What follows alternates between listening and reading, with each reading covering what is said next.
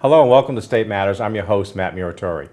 Nursing homes are in a crisis, so what do we do? Here to discuss the future of long-term care is the Executive Director of Mass Senior Care Association, Tara Gregorio. Tara, thanks for joining me today. Thank you for having me. So we always like to start our show with who are our guests. So who are you? Well, I am Tara Gregorio. I grew up in Massachusetts, Where? north of here, Where? in Haverhill. Haverhill, okay, yeah. And as life would have it, I grew up on the same street of a nursing facility. And so I would frequently do newspaper. Can you imagine deliveries yeah. into nursing Is that right? facilities? And I now live not far from Haverhill in a town called West Newbury with my husband and our 2 children. So where'd you go to school?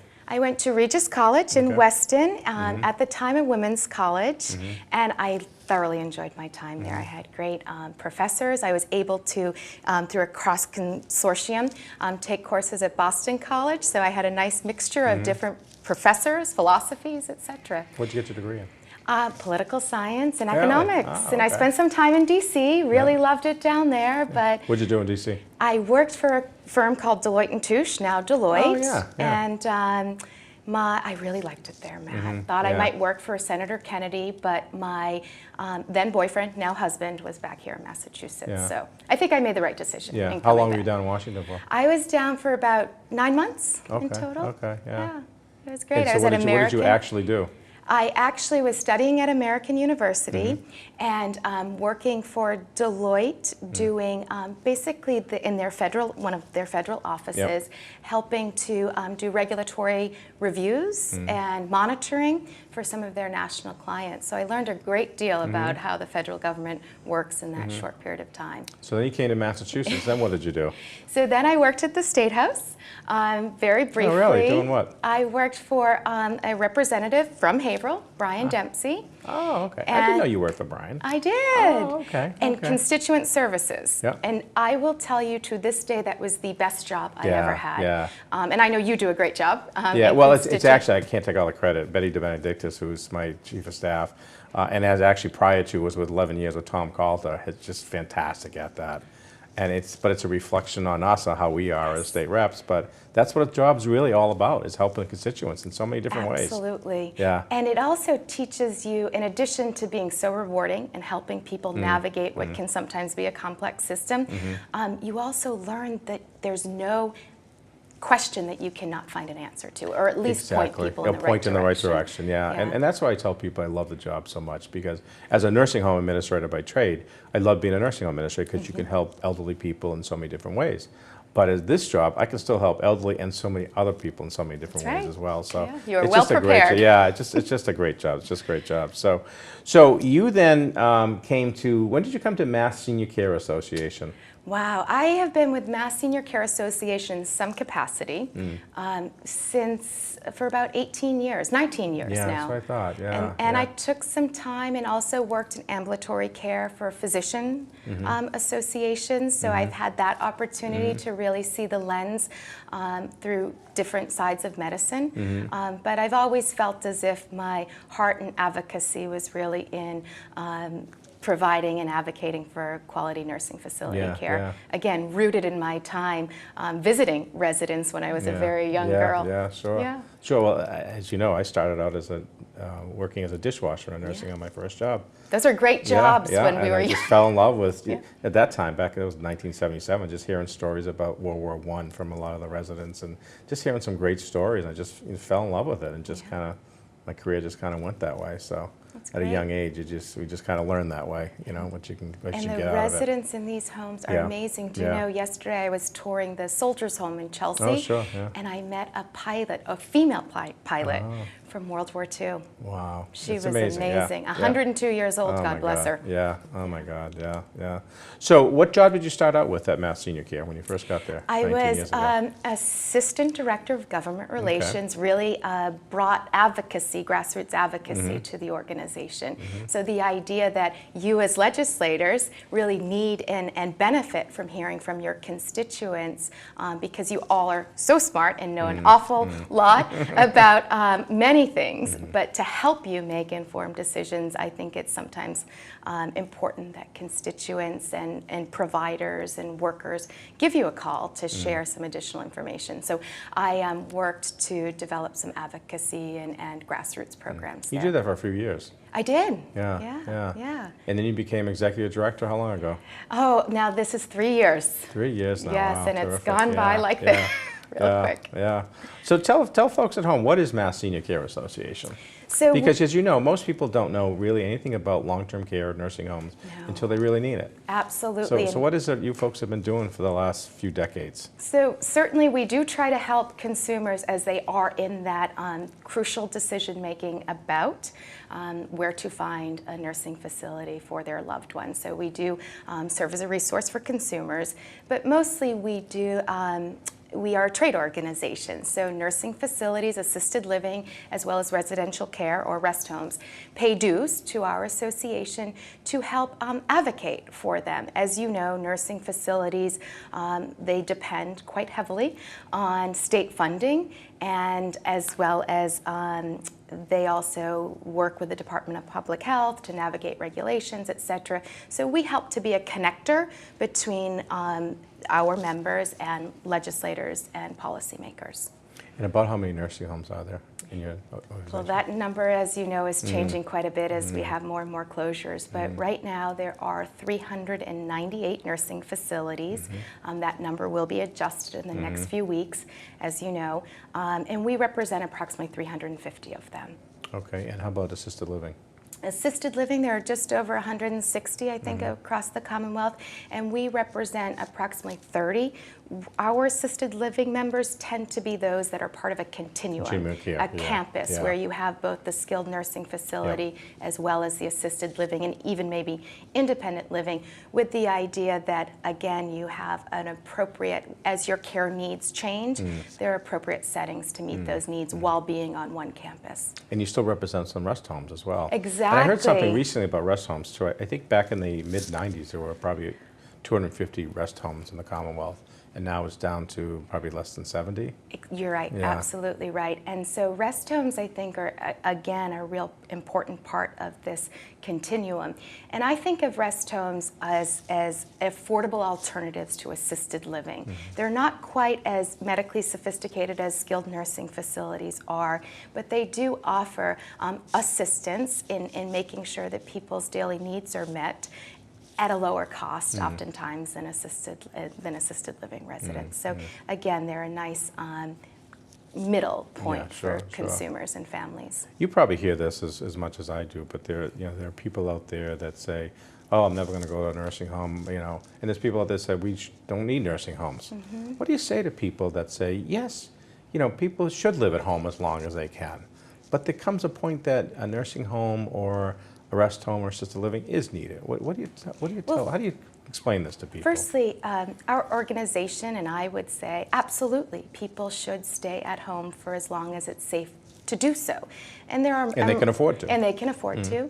And there are emerging issues and discussions regarding isolation in the community and what that does to families and elders. But we know, and I would encourage people to visit nursing facilities to see, because seeing is believing, but we know we are the ultimate safety net. So as people may feel as if they don't want to ever go to a nursing facility, we do know that end of life, people become sicker, frailer, and it simply is the only alternative. And so most people, as you know, Matt, enter a nursing facility through a hospital, an acute episode. So we have very few people that are accessing nursing facility care from the community. It's more some event has happened, some serious medical event has happened, and they require hospitalization, and then they come to the skilled nursing facility for rehab 2/3 or 70,000 people go home each year from nursing facilities. 2/3 now? Yes. Is that right? Yes, so we are helping people to stay in their communities So they're more like longer. short-term rehab They're facilities. short-term rehab, and they're paid for by Medicare. The Medicare benefit is utilized to pay for that short-term stay, but a third of them do require long-term care, and that's when the state ASAPs come in and screen for eligibility, both financial and clinical, and making that screening, these individuals, the state designees in this case, they determine that a community placement is not appropriate any longer for these individuals, as well as discussions with families, because families do an extraordinary amount of work to help support people in the community for as long as they can. So that's interesting. I didn't realize it was as high as 2/3 actually go Yes. home, which is Yeah. which is terrific. It's almost like hospitals were 20 years ago, whereas you'd stay in the hospital after knee surgery, hip surgery, you can stay there and get some rehab and all that. But now hospitals, you have to get out of the hospitals real quick. So the nursing homes are that juncture that people can go to before they go home to get that rehab or whatever they need after surgery or something like that. Absolutely. And even now, Matt, because of the Affordable Care Act, we're seeing that more people are even being discharged directly home. And so bypassing from the hospital, yes, or that they're staying in the skilled nursing facility for a shorter amount of time. And why I mention the Affordable Care Act is that the Affordable Care Act authorize what are called accountable care organizations, so incentivized physician groups as well as hospitals to really be responsible and share in any savings that are generated by controlling that utilization and length of stay. So maybe we'll have another conversation about that another day. But Yeah, it's a still, whole other conversation. yes. When you and I started in nursing homes, I always like to refer to as nursing homes nowadays are not your grandma's nursing homes as they were 20 or 30 years ago. Yeah. Whereas people would access it because grandma or mom needs some more care, so they come in the nursing home. So the culture really has changed. How is the financial structure working in nursing homes nowadays? Right. So Back then, it used to be a lot more private pay than it is now, so you don't see all that now. Exactly. So like the acuity has changed of the residents who are living in our long-term in nursing facilities, so too have the payments, and which has created really a crisis situation for Massachusetts nursing facilities and is one of the key drivers of all of these closures that we're seeing. So we saw 20 in the last year. Mass Senior Care is projecting another 35 are at risk of closure. Is that on top of that? As of this taping, there was, I think, 11 homes. You're right. Is it 35 on top of the 11, or The part 11 of that? were part of the 35. Still a lot. Yes, and we're working on some forecasting that hopefully we'll be able to share with you later in May that looks at if we continue on this path for 2020, 2025, what type of devastation we'll see in our communities. But nevertheless, yes, the payments have changed, and nursing facilities are much more dependent on Mass Health or state government to fund or to pay for the care of residents. Residents, as we discussed, have more options to spend down by accessing care in their community or assisted living. But the other is that the truth is there are many single economically challenged individuals in the state that are going to need housing supports as well as skilled nursing facilities and are appropriately qualifying for Mass Health services. So from a business model or financial model for nursing facilities, as more of our revenues are coming from Medicaid, which has chronically underfunded nursing facility care. I think since its inception in the 1960s, we've always known that Medicaid is a poor funder of services. But the largest funder. But the largest, and nursing facilities simply can't. Unlike hospitals, unlike home care, unlike physician practices, they simply can't cost shift that to another payer, because the other payer, Medicare, for that short-term rehab I was saying, they're saying, no more am I going to make up for that Medicaid shortfall. So we have seen in the past, since passage of and implementation of the Affordable Care Act, So since 2012, we have seen a decline in revenues of $333 million in Medicare spending. At the same time, where the gap between what Medicaid spends on nursing facility care and what it costs, according to the state's rules, what it costs to provide quality care, that gap is now $38 a day or $360 million annually. So that's $38 per day per day. Mass Health resident in each nursing home in Massachusetts. And what is the percentage of that Mass Health pays on average to nursing homes? What's the occupancy? How does that work between the percentage of what Mass Health pays, the percentage of Medicare, percentage of private pay? Yes, so 70% of That's about the average. that's the average, 70%.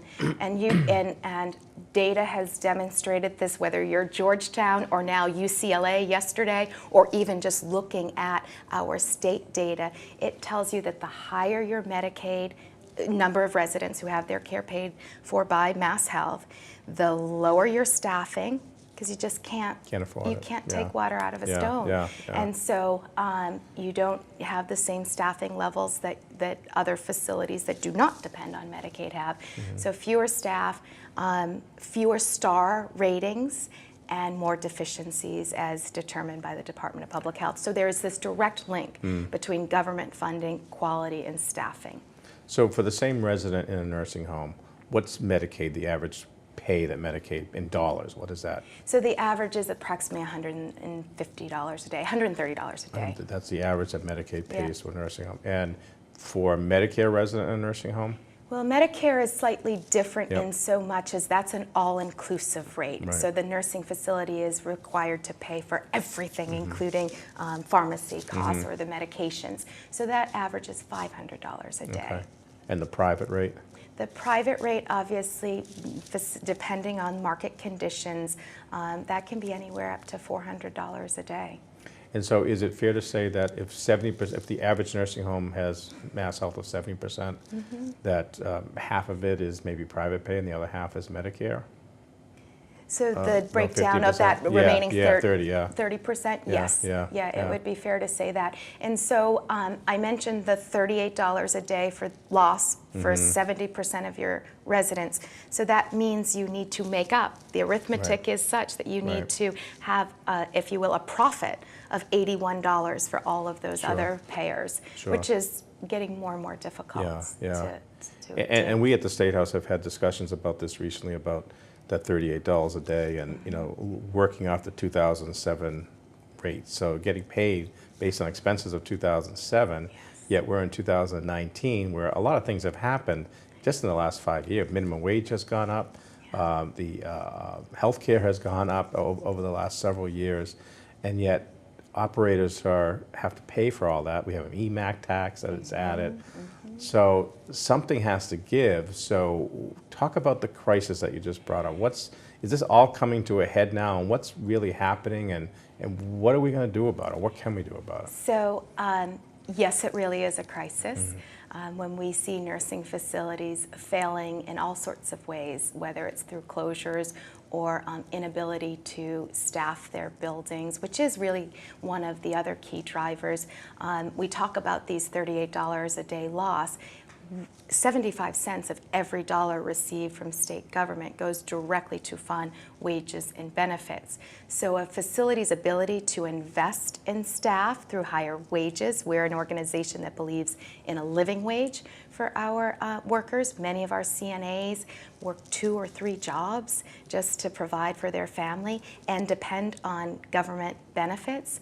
So we believe it is crucial that we update rates, yes, that are based on 2007 costs, and as you said, a lot has changed, particularly this full employment economy. I think we're beyond a full employment economy, and so to recruit and retain staff, it costs a lot of money, and they deserve it, Matt. These are people, you've met them, that their lives are dedicated to taking care of the elderly and their residents. Many CNAs come into the State House and advocate for increase in funding, but first and foremost, they are there to talk about their residents and what their needs are. And so they are amazing, dedicated individuals. And in a lot of ways, I do believe we have been able to maintain quality of care because of the individual commitments of these again, dedicated staff, and we can't take advantage of that anymore. We really need to invest in these staff. And so updating rates from 2007 cost to today's cost is really a critical next step. And that only begins the process because, as I mentioned, we are a system that's underfunded by $360 million. So it's updating, so our reimbursement reflects today's costs, but it's also sitting down and talking about what do we want from a future for nursing facilities? Where do we want to be, and investing in quality and highly trained staff. And so the House of Representatives, thank you, Matt, or Representative, excuse me, took that really important first step, building upon what you all did last year and what the administration committed to in fiscal year 2019 by adding the $35 million last week. Was it last week? Last week, yeah. Last week. And then being thoughtful and recognizing $35 million hopefully will just get us enough so that we can at least stop some of these closures in the next 6 months.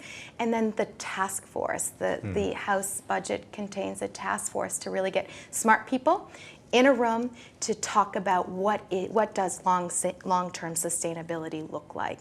And I'm really hopeful that through that deliberative process where we have a variety of stakeholders at the table, we can find some good solutions. What does it look like through your organization? What would that look like? So our organization believes first and foremost that we have to have rates that reflect today's costs, so that we can meet the care needs of our residents. And so that would be one. The other would be to make sure that we fix a reimbursement system that was designed 3 decades ago. So we have, within our reimbursement system, we have penalties for if you're a nursing facility that falls below a certain number of patients in your building. That's antiquated. No other system in Massachusetts, Medicaid-funded system, has that type of penalty in their reimbursement system. We believe that there needs to be an opportunity for our CNAs, housekeepers, dietary aides, move up through a career ladder. So we know in order to retain and recruit staff that a living wages are critical, as well as opportunity, so that people can feel as if they can grow in this profession. I'm sure you've seen that throughout your time in healthcare, that people need to see a path, and we have to help support them on that path. So we believe updating rates, certainly there is a movement, and we saw it through the administration, that we want to incentivize quality and improvement, and so that's critical. We also need to look at all regions of the state to assess capacity and make sure that we are a strong enough system to meet today's care needs as well as the future baby boomer needs. I know we are here today with a baby boom population, but they're not quite at the age where they're accessing nursing facility care. How far away are they? About 10 years? They're about 10 years, yeah. So we need to solve this now then.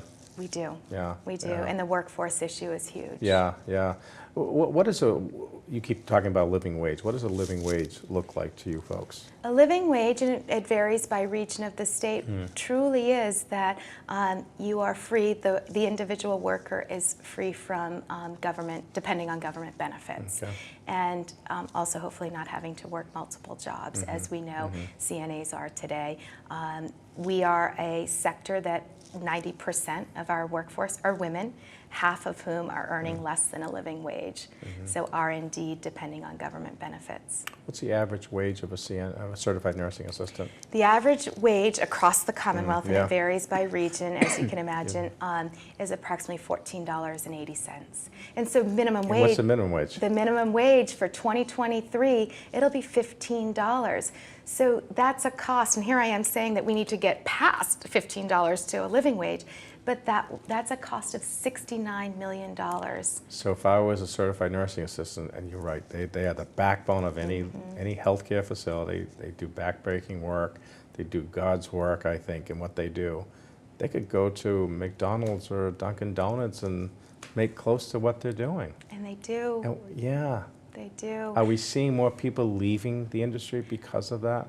Absolutely. We're seeing more people leave because they have more opportunities to work at an Amazon fulfillment plant, for example, and earn $16 an hour. And they go to other parts of the healthcare system, to hospitals, pay $17. Their payer mix is very different. They don't depend on Medicaid funding the way skilled nursing facilities do. And who can blame these individuals? That's $3 more when they transition again. If a CNA works in a nursing facility earning $14.80, they can go work at a hospital and earn $17 or more dollars. And so we really need to become more competitive. And the work that they do, as you said, is extremely arduous, and they can go down the street, and they do. Do you think the national immigration policies, the back and forth, is that hurting our industry as well? Absolutely. I was going to mention it, but so yes, we know that also. Typically, we do draw from new American immigrant population to come and work in nursing facilities, and we are seeing far fewer immigrants coming into the Commonwealth. And most directly or recently, we are absolutely impacted by the President's decision to repeal the temporary protective status for Haitians. I know that there are a variety of different countries that are impacted, but more specifically, we have a number of Haitian workers working in nursing facilities who are among the best of our workers. 1,100 are impacted by the change, and we can't afford to lose one. We're a sector that needs to hire 4,400 individuals today, and so to lose these 1,100 dedicated loving and kind workers is just going to be an extraordinary devastation to these buildings. I was just going to ask you too, how many workers are we talking about? We have 77,000 staff that work across the Commonwealth, 50,000 of whom are really those frontline direct care. And what do the openings look like to fill those? So we percentages? We have approximately 1 in 7 positions is empty today. For certified nursing assistants? For certified nursing assistants. How about nurses? Nurses, it's about the same too, and LPNs. And we're finding that really our shortage is, and it gets back to your point, Matt, about the minimum wage and the opportunity to go down the street to work in a less arduous job. We are finding that the CNA positions are much more difficult to fill today. And the total occupancy in the Commonwealth with all the nursing homes, I understand, back in January of 2018 was about 86%. But now with 20 closing in 2018, 11 so far as of this taping in May of 2019, where do we think the occupancy will be by the end of 2019? I think we will be fast approaching 90% occupancy, if not higher. It's something that we've got to watch very closely, and we need to not just look at it from a statewide perspective, by regions. I know for Cape Cod is difficult right now to get beds. Absolutely, and it's only going to continue, and then we can even see today that it's very difficult for a male to find a nursing facility placement. Dementia or mental health in particular are diseases that we're finding shortages of placements. So as we see more closures, undoubtedly people will have to travel out, and families will have to travel outside their regions to access care. I'm hearing it already. People from Cape Cod, the short-term rehabs are coming up over the bridge into Plymouth, and the Wareham area for short-term rehab because they just can't find the beds in the Cape. And as I learn across the Commonwealth, everybody has a bridge that's hard to cross, whether it's the Bourne or Sagamore Bridge, North Shore, it's the Gloucester, and that's real meaningful for families because that's particularly when you're talking about a spouse that wants to go visit their loved one. It can be difficult. Community nursing facilities are critical for accessing care. Well, I want to thank you so much for coming on. Yeah. Thank you for what you do for the industry and what you continue to do, and keep up the good fight. Thank you. We need you and your board and your members to keep it up and keep fighting for our elders. So thank you so much. Well, thank you for having me. Thank you. Thank you. We hope you enjoyed today's show, and I want to thank the folks here at PAC TV for another great show, and thank you all at home for watching. We'll see you next time on State Matters.